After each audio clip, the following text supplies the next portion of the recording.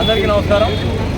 ఏదైతే తెలంగాణ రాష్ట్రంలో ఒక ధృతరాష్ట్ర పాలన కొనసాగుతున్న సందర్భంలో బాల్క సుమన్ను అక్రమంగా కేసులు బనాయించి ఆ కేసులు ఆయనకు సంబంధించకపోయినా సరే అక్రమంగా అధికారాలను పెట్టుకుని దొడ్డదారిన కేసులు బనాయించి అరెస్ట్ చేసి రిమాండ్ చేయడాన్ని నిరసించుకుంటూ మంచిర్యాల జిల్లా కేంద్రంలో స్థానిక మాజీ శాసనసభ్యులు మాజీ ఎమ్మెల్యే దివాకర్రావు గారి నాయకత్వంలో ఇవాళ ధర్నాక నిరసన కార్యక్రమం ఏర్పాటు చేయడం జరిగింది.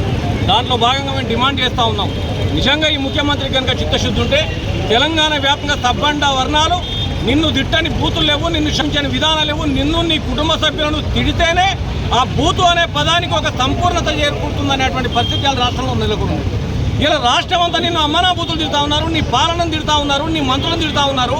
అక్కడ స్పందించరు నువ్వు ఏంటంటే ఇష్యూ డైవర్ట్ చేయడం కోసం బాల్క సుమన్ మాత్రమే టార్గెట్ చేసి ఆయన పైన కేసులు బుక్ చేయడం, ఆయన జైలుకు పంపడం, దాంట్లో రాక్షసానం తమ్మడం, ఇది అంతకంటే సిగ్గుమాలని సరే మరొకటి లేదు. చేతనైతే ఎక్కడైతే నువ్వు రైతు బంధు కానీ రైతు బీమా కానీ కేసీఆర్ కిట్ కానీ కళ్యాణ తులం బంగారం కానీ పెంచుతానన్న పెన్షన్లు కానీ వీటిపైన స్పందించడం చేత కానీ దద్దమ్మ ముఖ్యమంత్రి నువ్వు తక్షణమే రాజీనామా చేయాలి. ఇవాళ నువ్వు ఏదైతే ఈ మమ్మల్ని అక్రమ అరెస్టులు చేసేసి ఇదే మాకు పబ్బం గడుపుకుంటాం, మాకు చేతనైంది ఇదే అనుకుంటే నీకంటే దుర్మార్గుడు ఈ ప్రపంచంలో మరొకడు ఉండడు. ఏదైతే నువ్వు పుట్టెడు అబద్ధాల పునాదుల మీద ప్రభుత్వాన్ని ఏర్పాటు చేసినావో, పుట్టెడు అబద్ధాలు ఆడే అధికారంలోకి వచ్చినావో, అధికారంలోకి వచ్చినాక రాష్ట్రం ఎక్కడ ఏ గంగలన్నావో అని చెప్పేసి చేతులు ఎత్తేసినావు. సబ్బండ వర్ణాలు ఇవాళ రోడ్లపైకి వచ్చి నిరసన చెప్తా ఉన్నాయి.